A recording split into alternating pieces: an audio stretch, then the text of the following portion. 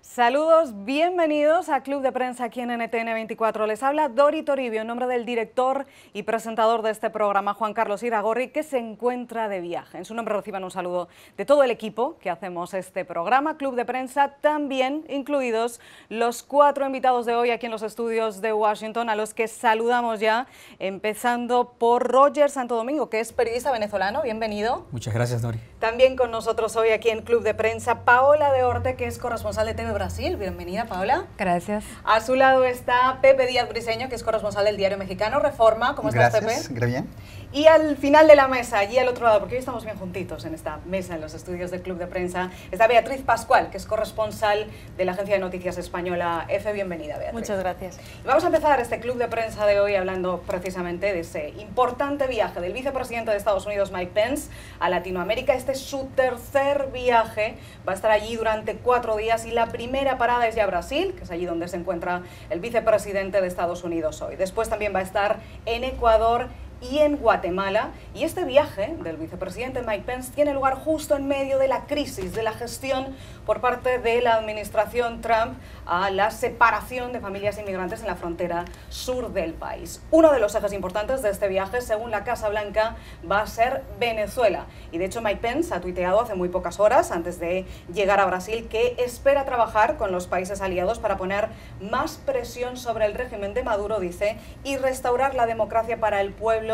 venezolano. Habla además Pence en nombre del presidente de Estados Unidos de un hemisferio de libertad. Y voy a empezar preguntándole a Roger cuáles son los objetivos del vicepresidente de Estados Unidos para este viaje. Como lo decías, Dori, es la tercera visita del vicepresidente de América Latina y en las 3 el mismo tema ha estado presente, Venezuela y el tema de inmigración. El tema de Venezuela es claro que se presiente y se siente, hay elementos muy claros para decir que Venezuela es susceptible de recibir presiones, aunque pareciera que ellos estuvieran cómodos con el aislamiento, que ahora no solamente es por Estados Unidos y Europa, sino que siempre ha estado presente, y es una de las cosas que hay que realmente agradecer de la actual gestión de Estados Unidos, es que ha trabajado en coordinación con América Latina. Sin la coordinación de América Latina, cualquier sanción de Estados Unidos es inútil. De manera que lo que se está haciendo es, estas sanciones son un mensaje no necesariamente para la cúpula que está en el poder, sino para los que están alrededor de ellos, como decir, lo que viene, y esto es una oportunidad para negociar la salida de este gobierno con su ayuda, para los que están adentro.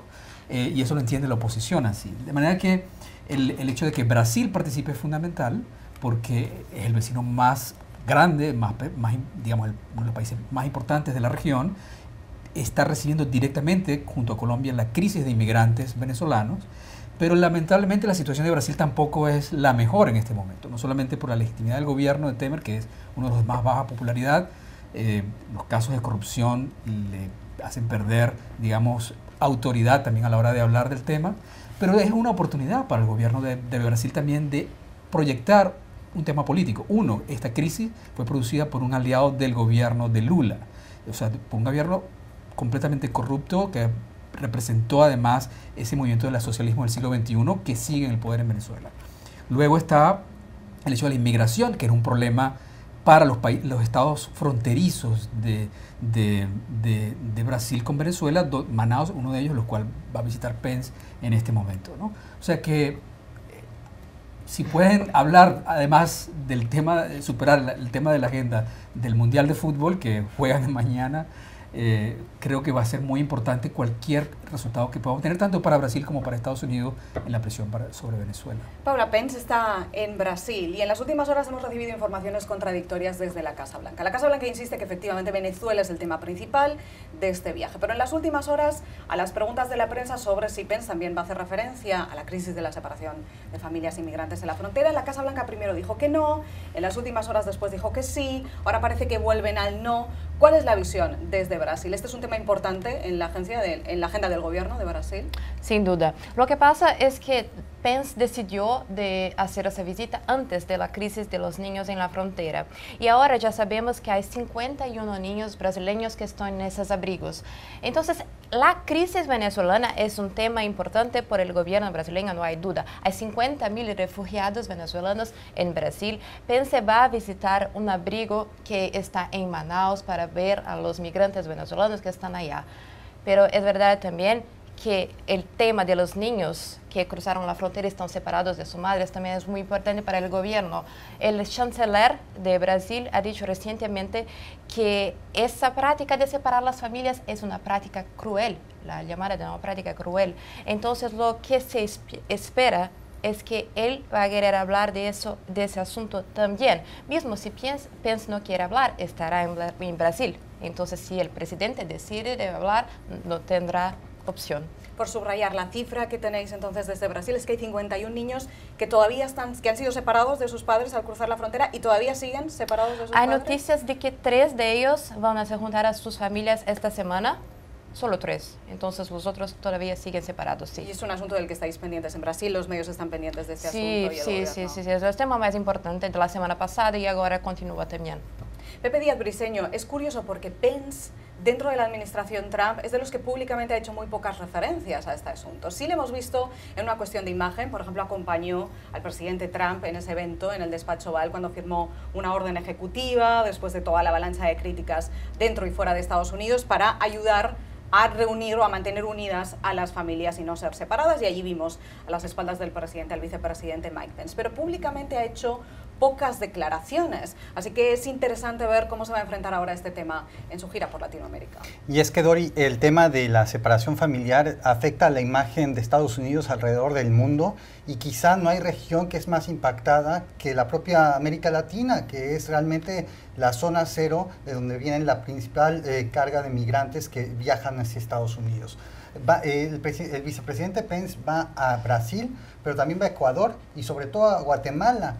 Pensar que el tema de migración no va a salir es vivir en el denial, como se dice en inglés, porque la negación, porque realmente los medios en América Latina estamos extremadamente pendientes. No solo Estados Unidos vive esta crisis informativa alrededor del tema de los migrantes, sino todos los medios de Latinoamérica lo tienen en sus primeras planas, y lo más interesante es la incongruencia que va a mostrar Pence al llegar allá y hablar, como decía Roger, de los refugiados venezolanos que viajan a Brasil y a Colombia. Se espera que haya un anuncio de algún financiamiento para Brasil y para Colombia, de cuánto dinero Estados Unidos puede dar para los refugiados venezolanos que llegan.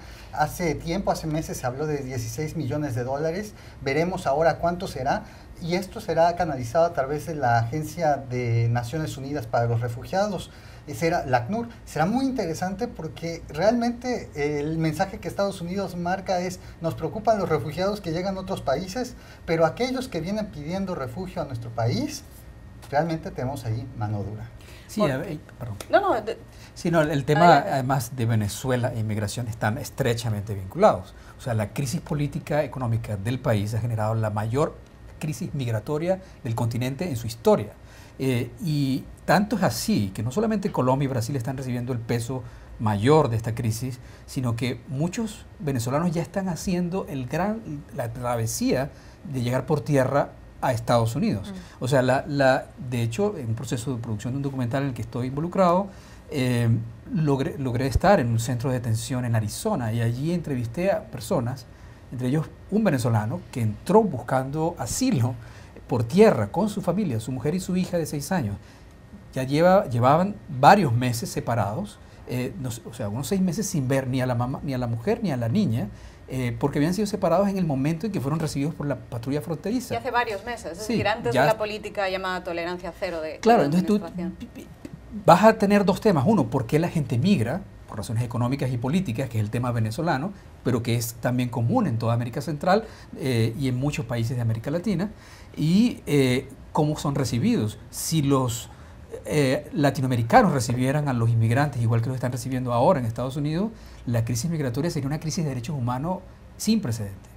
Voy a introducir también en este debate la voz de Beatriz Pascual, porque efectivamente, como dicen los compañeros, la Casa Blanca insiste en que Venezuela es el eje de todo este viaje. Incluso tenemos uno de los últimos mensajes de la Casa Blanca en las últimas horas, que el vicepresidente Mike Pence lo que quiere con este viaje es fortalecer la seguridad y la relación con los países aliados en el hemisferio, amenazados por la crisis humanitaria, económica, política y diplomática de Venezuela por parte del régimen de Maduro. Además, Pence ha sido, estos últimos meses aquí en Washington, una de las voces más duras contra Venezuela Venezuela de la administración. ¿Qué puede hacer realmente en este viaje respecto a Venezuela, Beatriz? Yo creo que uno de los puntos más importantes y en los que va a hacer énfasis es en la relación con Ecuador. Ha habido un deshielo, Estados Unidos y Ecuador no se llevaban bien bajo el gobierno de Correa, y justo antes de la votación que hubo en la OEA para iniciar el proceso para suspender a Venezuela como Estado miembro, Pence llamó por teléfono a Lenín Moreno diciéndole que, bueno, que cómo estaban las cosas, que cómo iban a votar. Ecuador se abstuvo en esa votación, lo que supone un giro de 180, no de 360, pero de 180 grados con respecto a la posición de apoyo que se había mostrado anteriormente. Entonces me parece muy interesante esa parada que va a hacer Pence allí. Recordemos que además de alguna forma se le ha colocado dentro del gobierno de Estados Unidos como la voz para Latinoamérica y para Venezuela. Fue uno de los pocos vicepresidentes de Estados Unidos que ha intervenido ante la Organización de Estados Americanos. Es algo que no se hacía desde hacía décadas, y en esa intervención pidió la suspensión de Venezuela del organismo. Estados Unidos es el país que está liderando dentro de la OEA todos los esfuerzos para ir contra Venezuela. Entonces yo creo que concretamente va a tratar de impulsar acciones dentro del organismo, va a tratar de convencer a los países, y de esa forma, poniendo sobre la mesa el tema de Venezuela, pues a lo mejor obviamos un poquito el tema de los niños inmigrantes, nos olvidamos un poco de eso, y de alguna forma así el ciclo informativo pues cambia hacia otro lado y se libran de hablar de lo que no les interesa. Y mientras Mike Pence está en Latinoamérica hablando sobre Venezuela, también ha aumentado la presión contra el gobierno de Nicolás Maduro desde Bruselas, porque se ha anunciado una nueva ronda de sanciones contra Venezuela. La Unión Europea ha impuesto estas últimas horas, en concreto, sanciones contra 11 altos cargos del país, a los que consideran, dicen, y leo, responsables de violaciones de los derechos humanos y de socavar la democracia. Se trata de altos cargos de varios organismos venezolanos, muchos de ellos del entorno más cercano de Maduro, como la vicepresidenta Delcy Rodríguez, y esto se suma a la lista de personas que ya tenían en la Unión Europea, que tenían prohibida la entrada desde Bruselas. También se han congelado sus posibles bienes en el continente, y todo esto, según Bruselas, viene como respuesta a las irregularidades en las últimas elecciones del 20 de mayo, que desde Europa también condenan y consideran que no fueron libres ni justas, y cuyo resultado, también leo, carece de credibilidad. ¿Cuánto daño, Roger, pueden hacer estas sanciones, esta nueva ronda de sanciones? Creo que los nombres ya ascienden a una veintena, más o menos, la primera ronda en enero y ahora esta segunda. ¿Cuánto daño pueden hacer al gobierno de Maduro? Sin duda que les afecta, muchos se burlan, ellos entre ellos, de que no, lo utilizan como un elemento de propaganda. De hecho, la respuesta para Europa fue hoy, ahora se han convertido en unos verdaderos siervos, de Estados Unidos, lo cual es una respuesta típica de las dictaduras que utilizan el nacionalismo. Pero fíjate que la diferencia entre las sanciones que recibe Venezuela con respecto a las que ha recibido Rusia, Corea del Norte o Irán u otros países que han entrado en sanciones internacionales considerables, es que son sanciones dirigidas exclusivamente al liderazgo, a los que están en posiciones de poder, las Fuerzas Armadas, en este caso el Consejo Nacional Electoral, porque la sanción se dirige específicamente a los que participaron o permitieron estas elecciones del 20 de mayo, que fueron completamente una burla. La idea es eso, no pueden viajar allá, sus bienes pueden estar congelados, no pueden hacer negocios, pero las señales para los que están alrededor, sus segundos, porque son ellos los que pueden relevarlos políticamente. Y también porque ninguna otra sanción va a tener más efecto. Ya los efectos, por ejemplo, de una sanción petrolera, de embargos económicos, ya se están dando en Venezuela por la situación de falta de producción en el petróleo, de la economía paralizada, del control, la hiperinflación, que hoy, por ejemplo, el sueldo mínimo de un venezolano está por debajo de los $2 al mes. Si lo pones a la tasa paralela, a la tasa del mercado negro, si la colocas al precio oficial de la tasa de cambio oficial, la que se utiliza para las remesas, es un poquito más de $2, casi $3 al mes. O sea, ya no hay máscara para la situación de extrema pobreza que viven los venezolanos. O sea, la media mundial por debajo de $2, estás hablando de pobreza o pobreza extrema, diarios. Estamos hablando acá de $3 mensuales. O sea, la situación es insostenible. La gente está pasando hambre, lo que se refleja en el tema migratorio, y hay una paralización política. O sea, lo que se sabe es que el régimen, el sistema, es susceptible de recibir presión por las sanciones y que puede tambalearse. El tema es cómo y cuándo. Bueno, todavía es la incógnita. Se está añadiendo presión entonces, Paola. Desde Venezuela lo que ha respondido Delcy Rodríguez es que estas sanciones son una extorsión. ¿Cómo calificas la respuesta desde el gobierno venezolano?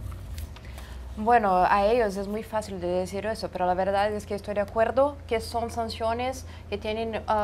que sirven como un señal. La verdad es que no hay mucho que se puede hacer más en términos de sanciones. En este viaje de Pence que hablábamos justo ahora, hay gente que habla que Pence va a demandar a Brasil para que imponga sanciones también, pero eso no es muy probable que se pase porque Brasil no tiene historia de imponer sanciones unilaterales, solo impone sanciones cuando la Organización de las Naciones Unidas está de acuerdo de poner todos multilateralmente. Entonces es más un señal que la comunidad internacional, la comunidad europea envía a los venezolanos porque ya no se ve más mucho por dónde salir de esta crisis. Pepe Díaz Briceño. Sí, a mí también me parece de llamar la atención que a esto se suma a una grandísima lista ya de sanciones que hay, incluidas no solo las personales, pero también toda la contratación de deuda por parte de empresas del Estado venezolanas, que está realmente asfixiando, como bien decía Roger, la capacidad de inversión en la industria petrolera. De hecho, después del voto en la OEA, el canciller venezolano mostró supuestamente una disposición para conversar con el secretario de Estado Mike Pompeo, y porque realmente estaban sintiendo alguna presión económica de estas sanciones. Hay que decir, Dori, que Roger mencionó una cosa muy importante. Sí existen las sanciones de Estados Unidos, existen las sanciones europeas, pero también el que exista el Grupo de Lima, que ha estado presionando seriamente a Venezuela, es algo clave, porque Estados Unidos ha logrado influenciar y tratar de convencer y tratar de que los países de América Latina sean vehículos a través de los que se presiona a Venezuela, porque realmente la legitimidad que tienen países como México, como Brasil, como Perú y Panamá, la propia Colombia, para demandar cambios es mucho más poderosa que la que pueda tener la capital estadounidense de Washington. Ahora, ese Grupo de Lima va a vivir una recomposición próximamente, muy probablemente. En Colombia llega un nuevo gobernante, en México es probable que también tengamos un nuevo gobernante, Brasil también tendrá un nuevo gobernante, y veremos exactamente si esa presión de la América Latina se mantiene. Paula. Hay uno de los candidatos que está muy bien en las encuestas en Brasil que ha dicho que Venezuela es una democracia. Entonces... Bueno, ahí se abre otro interrogante más, pero es importante lo que pone Beatriz, Pepe, sobre la mesa, que es el Grupo de Lima. El Grupo de Lima es vital porque la estrategia, ¿no?, que han tenido hasta ahora es un poco lo del palo y la zanahoria, todo el mundo, tanto Washington como el Grupo de Lima. Pero sí que es verdad que ha habido más palo, ¿no?, por parte de Latinoamérica, que es algo que no habíamos visto desde hacía mucho tiempo. De todas formas, las sanciones de la Unión Europea y también desde Washington no atacan a la economía venezolana, o sea, se dirigen al círculo más cercano de Maduro, lo que hace que, bueno, pues que afecte, ¿no?, a las personas que toman las decisiones. A lo mejor es una técnica más eficaz, pero sin unas sanciones sobre el petróleo, por lo menos desde Estados Unidos, que es uno de los mayores compradores, estas sanciones son pues algo más, pero no algo que de alguna forma sobresalga, ¿no?, que sea como algo nuevo, excepcional. Añade un paso más a la presión, pero no significa un salto cualitativo, por decirlo de alguna forma. Asientas desde aquí, Roger, a lo que dice Beatriz. Bueno, realmente lo que pasa es que obviamente las sanciones no van a nunca tumban un gobierno, o sea, pueden promover cambios y las sanciones solas no van a ser suficientes tampoco para promover esos cambios. Lo que decía antes es que las sanciones económicas no solamente serían innecesarias, o sea, porque ya se están produciendo los efectos de unas sanciones económicas por la propia situación de mala administración, de crisis. O sea, cada semana vemos que explota una refinería, que un barco deja de funcionar. O sea, la producción de petróleo venezolano viene en caída libre. O sea, estamos en este momento, a finales de este año, se espera que va a producir mucho menos que Colombia. O sea, lo cual en rangos de países exportadores es una crisis para Venezuela, que no puede ni siquiera cumplir con sus cuotas de OPEC. Entonces la verdad, el tema de aplicar una sanción económica más bien le haría un favor al gobierno, porque podría decir, oye, esta hambre que están pasando es por culpa de estos países que no tienen sensibilidad y nos están cortando la entrada de dinero. Y la realidad es su ineficiencia, la corrupción, lo que está produciendo esto. Además, el régimen funciona sí, como un sistema de secuestro. Tienen secuestrado no solo a los presos políticos, sino a la mayoría de la nación venezolana, y mientras peor la pasan, más elementos tienen para pedir algún tipo de prebenda en sus negociaciones con la comunidad internacional. Algo similar a lo que ocurre con Corea del Norte. O sea, su situación no es, hoy vamos a aliviar la crisis de pobreza y generar empleo y vamos a hacer aumentar la productividad, sino mantenernos en el poder como sea, a pesar de esta crisis. Vamos a hacer una pausa aquí en Club de Prensa. No se vayan porque regresamos enseguida.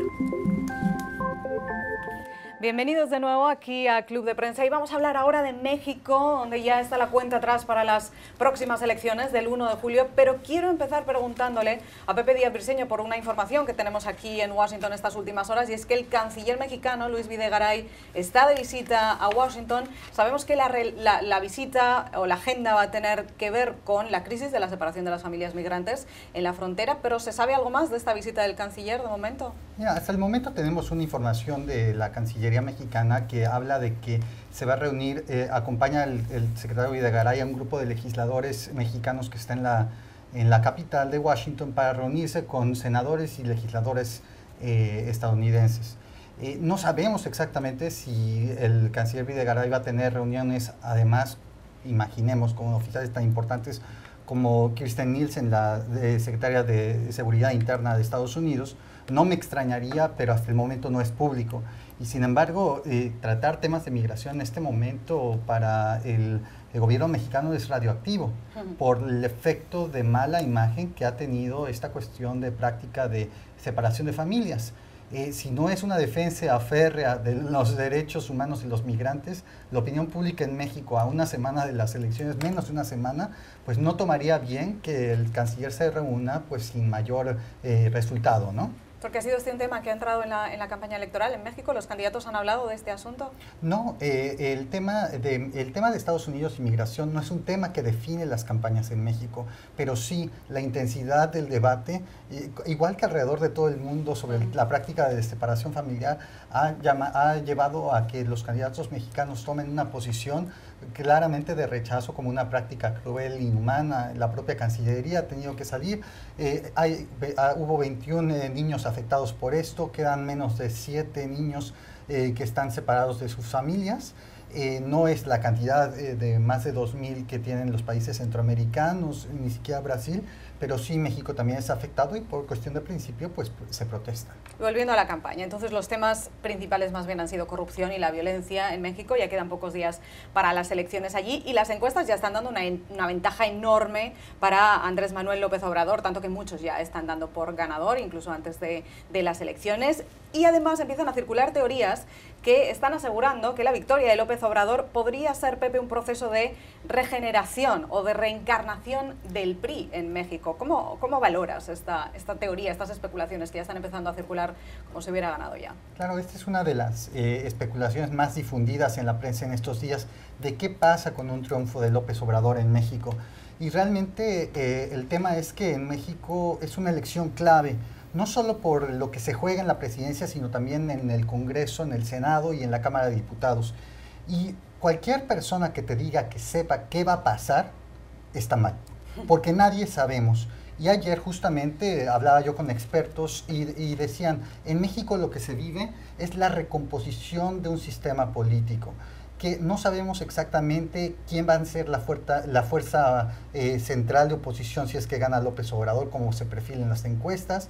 No sé, los 3 partidos que dominaron en el escenario político en México en los últimos 20 años, el PAN en la derecha, el PRI en el centro y el PRD en la izquierda, van a terminar extremadamente debilitados con casi pequeñas minorías en el Senado y en la Cámara de Diputados. ¿Y cuáles son las fuerzas que se van a alzar? Pues según las encuestas se considera que Morena va a ser una fuerza dominante, el partido López Obrador, con mayoría prácticamente junto a 2 aliados claves, 2 partidos mínimos que existían en México, el Partido del Trabajo, que era un partido pues comunista que incluso alababa a Corea del Norte, y otro pequeño partido de los evangélicos en México que no figuraba en el Congreso mexicano.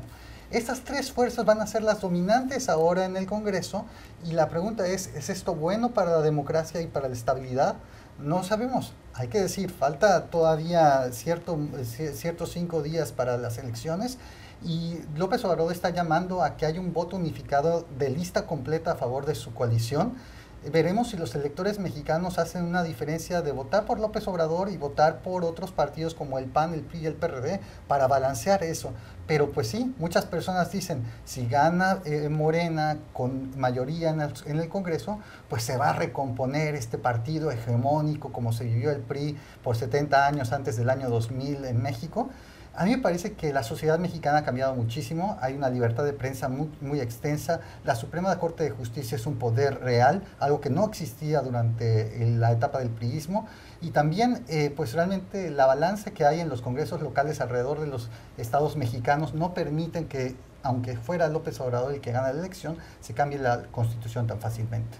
Paola, dice Pepe que dice muy bien que quedan todavía 5 días, y 5 días en los tiempos que corren y en política pueden ser una eternidad. ¿Cómo lo ves tú? ¿Crees que ya está todo decidido en México o que hay margen todavía para que haya alguna sorpresa? Sí, parece que está bien decidido. Lo que debemos saber ahora es las mayorías en el Congreso, es que Pepe decía ahora. Pero esas alianzas entre el progresismo y el viejo siempre es una discusión que aparece en las elecciones. Cuando Lula se eligió en Brasil, se eligió por la izquierda, pero ha hecho una alianza con el tradicional. Su vicepresidente era del partido evangélico. Después Dilma también, cuando se eligió, ha hecho una alianza con la parte más tradicional de PMDB, que en Brasil llamamos el PRI de Brasil. Entonces, es una alianza que es necesaria para ganar y para poder gobernar también. Entonces, creo que es muy posible que se pase. Beatriz. Me parece muy curiosa la comparación, ¿no?, que se ha hecho con lo de volver al priismo, y de alguna forma también me parece un poco irresponsable porque todavía no ha ganado. O sea, sí, las encuestas le dan, pero todavía no ha ganado. Entonces, compararle con presidentes como López Portillo o Echeverría, que fue uno de los... le acusaron de genocidio, supuestamente culpable de 2 masacres de estudiantes, que inició una guerra sucia contra los activistas y los movimientos sociales en México, me parece bastante irresponsable, porque como decía muy bien Briseño, la sociedad mexicana ha cambiado mucho, es decir, los medios de comunicación tienen un poder mucho más grande, la sociedad mexicana posiblemente, como vimos por ejemplo con el tema de los estudiantes de Ayotzinapa, se levantaría y diría, por aquí no vamos a pasar y no lo vamos a consentir. Entonces creo que existe pues alarmismo, ¿no?, por la posible victoria de López Obrador, pero creo que hay que esperar para ver qué pasa y si comete pues errores habrá que señalarlos, por supuesto. Roger Santo Domingo, hay que esperar, está todo decidido.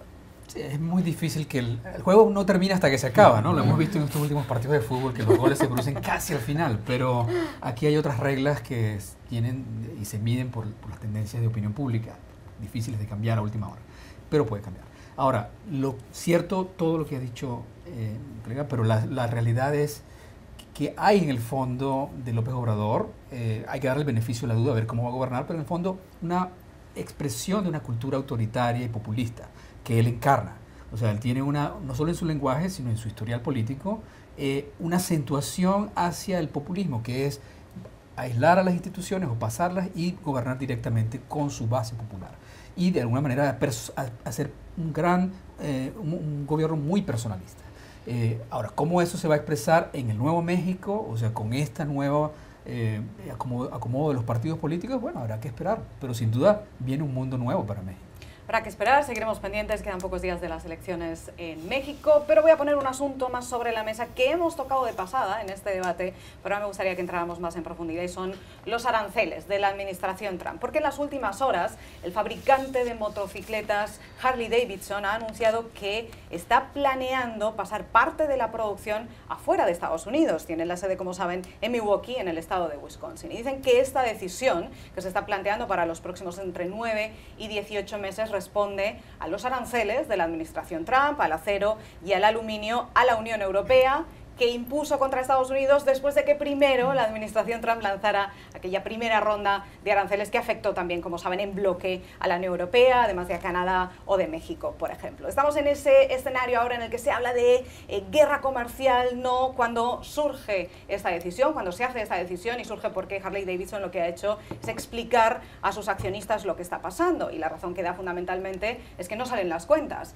que con estos aranceles a los vendedores, a los clientes europeos, ellos calculan que pueden aumentar los gastos en un año, que pueden llegar a perder hasta 100 millones de dólares al año, y de ahí esta decisión. Y la gran pregunta, Beatriz, es, ¿estamos entonces en un escenario ya de guerra comercial o no? Porque parece que estamos al filo, pero a veces para atrás, sobre todo estando pendiente de las bolsas con estos movimientos de las empresas. Yo creo que nos estamos acercando, estamos ahí al borde del abismo, y sobre todo Trump está ahí agitando fuerte para ver si entramos ya de una a la guerra comercial y nos echamos todos a las armas. Ha reaccionado muy fuerte a la decisión de Harley Davidson. Esta misma mañana ha empezado a tuitear muy enfadado, porque al final pues supone un bofetón para él. Él había dicho que estaba imponiendo los aranceles, las tarifas, en parte pues porque había que beneficiar, ponía de ejemplo, ¿no?, a la empresa de motocicletas, diciendo que era un símbolo de alguna forma de Estados Unidos y que había que cuidarles y de alguna forma pues ser más justos con ellos y todo esto. Entonces, en ese momento en el que él convierte en un símbolo esta compañía, la compañía dice, no, perdona, no queremos ser ningún símbolo, nos vamos a producir a la Unión Europea porque no nos queremos poner en medio de esta guerra comercial que estás fraguando tú, porque al fin y al cabo es pues un invento de Trump en el que la Unión Europea ha tenido que reaccionar, pero siempre porque Trump ha tomado la iniciativa. Entonces, vamos a ver qué ocurre. Él ha dicho que va a haber una especie de levantamiento de la población en contra de la compañía.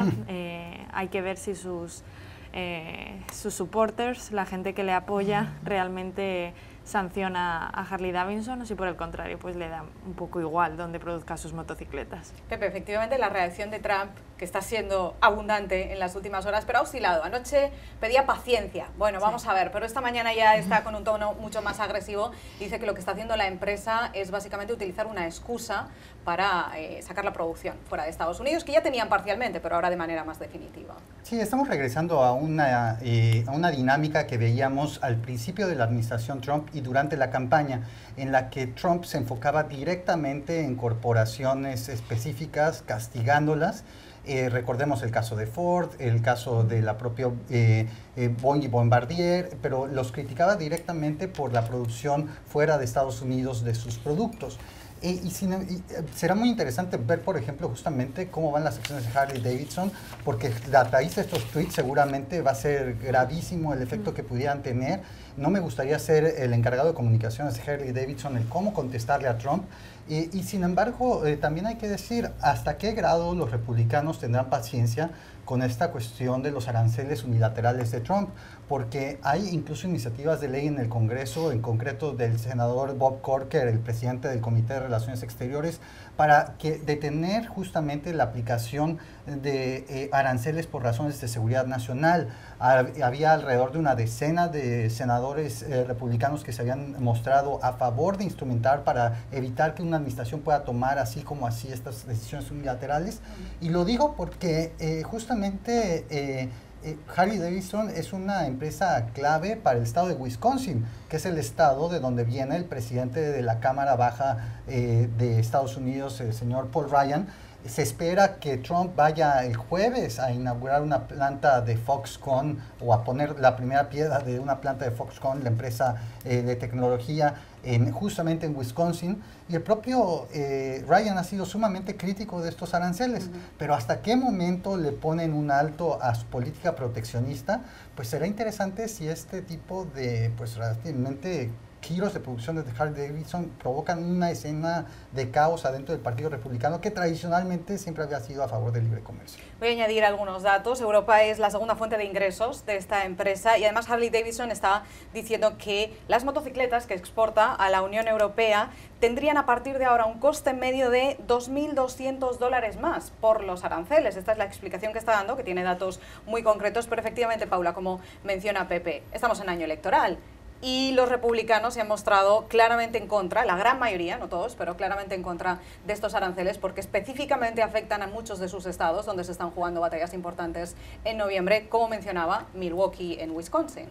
Sí, Trump está intentando hacer algunas confusiones conceptuales en sus reacciones a la decisión de la compañía, porque una de las cosas es que Harley Davidson no va a mudar toda su producción.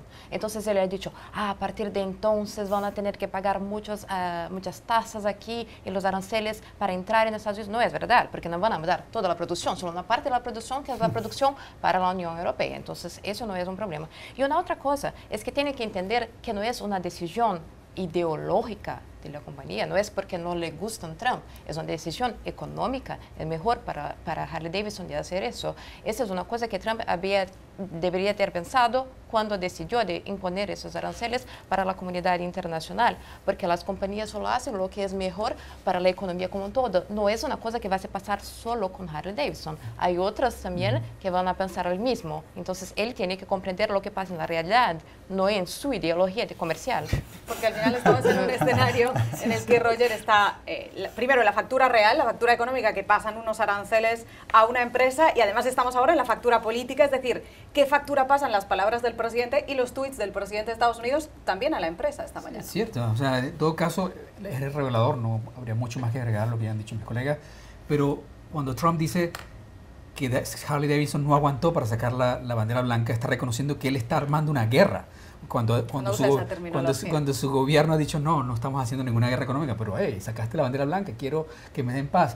La realidad es económica, o sea, voy a mudar en los próximos años, meses, mi producción en mi segundo mercado más importante, donde vendo 40.000 motocicletas, un poquito menos de lo que vendo en Estados Unidos. No vamos a dejar de vender acá, ni producir acá lo que se vende acá, pero, o sea, lógico, racionalmente nos mudamos. Y si esa es una excusa que van a tomar muchas empresas que viven hoy de la globalización.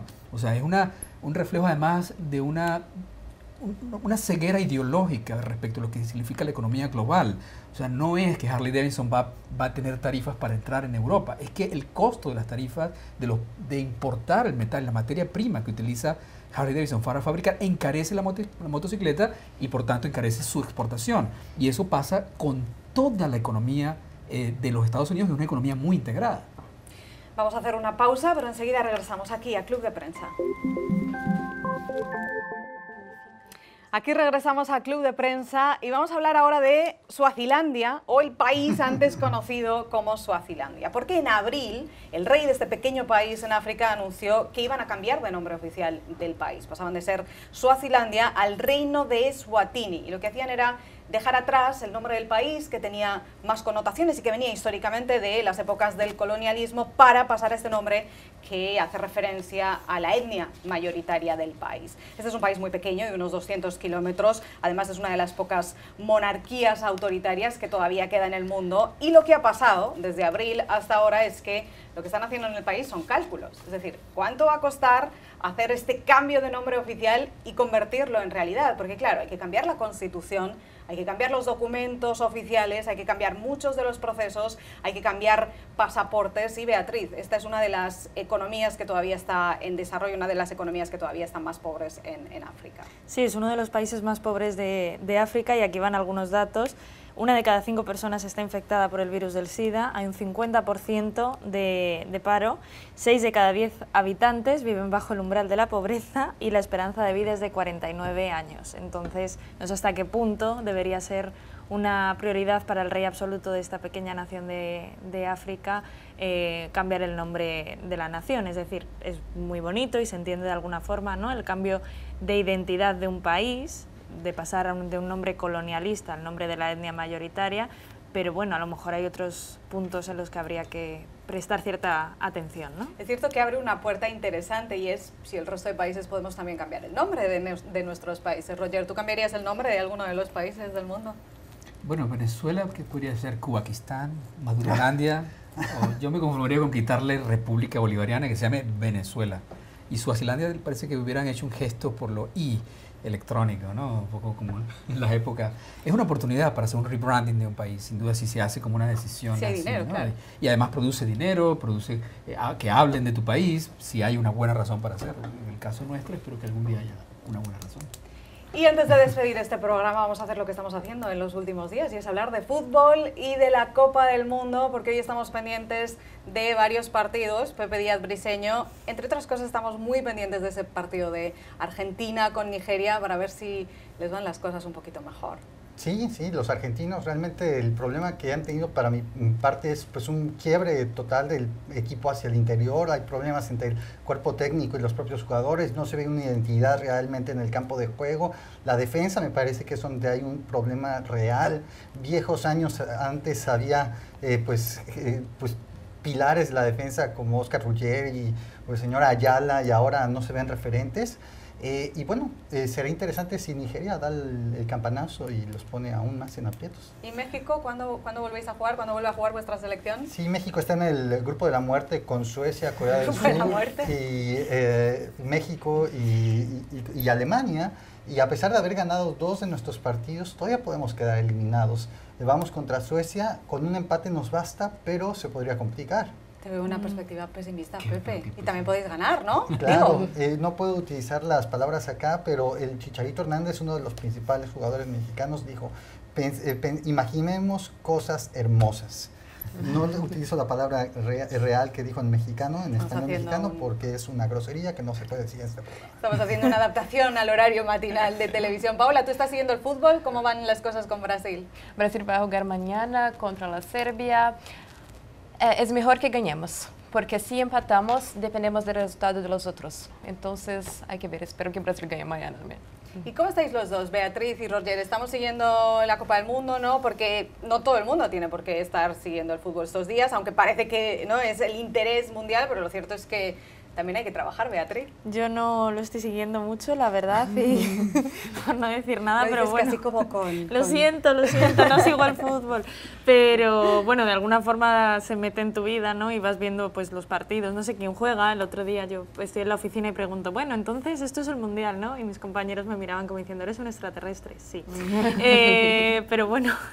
¿Es así como te sientes estos días? Yo creo que hay bastante gente que no sigue. Oye, yo por ejemplo sigo el fútbol durante los mundiales, pero los 4 años restantes hasta que vuelven a llegar los mundiales, no tanto, la verdad. Sí, te sientes un poco desconectado de lo que está siguiendo la gente, porque además es que no te enteras de nada de lo que están hablando, pero bueno, se pasará o nos tendremos que reintegrar nosotros. O de repente hay compañeros que están más tristes, amigos que están más tristes un día y uno no sabe bien por qué. No sabes qué les pasa. ¿Y Roger, tú estás siguiendo el mundial?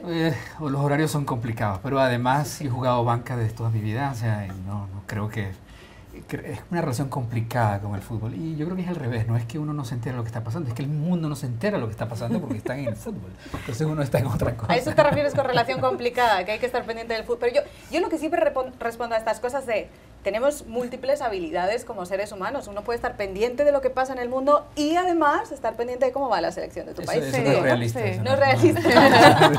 Esa es la gran discusión en Brasil. En Brasil es como, no, porque cuando llega el Mundial solo hablamos del fútbol.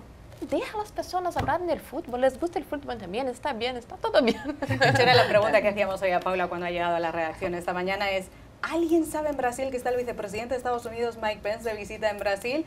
¿O de lo que se está pendiente en estas últimas horas desde el fútbol, verdad? Sí, verdad, saben, sí. Sí, sabemos. Se pueden hacer varias cosas al mismo tiempo, por eso aquí hablamos también de fútbol. Vamos a hacer una pequeña pausa y enseguida regresamos, no se vayan. Y hasta aquí llega nuestro programa de hoy, que despedimos dando las gracias a los invitados, a Roger Santo Domingo, a Paola de Orte, a Pepe Díaz Briseño y a Beatriz Pascual. Muchas gracias también a ustedes por estar con nosotros y recuerden que mañana volvemos aquí en Club de Prensa. Hasta mañana.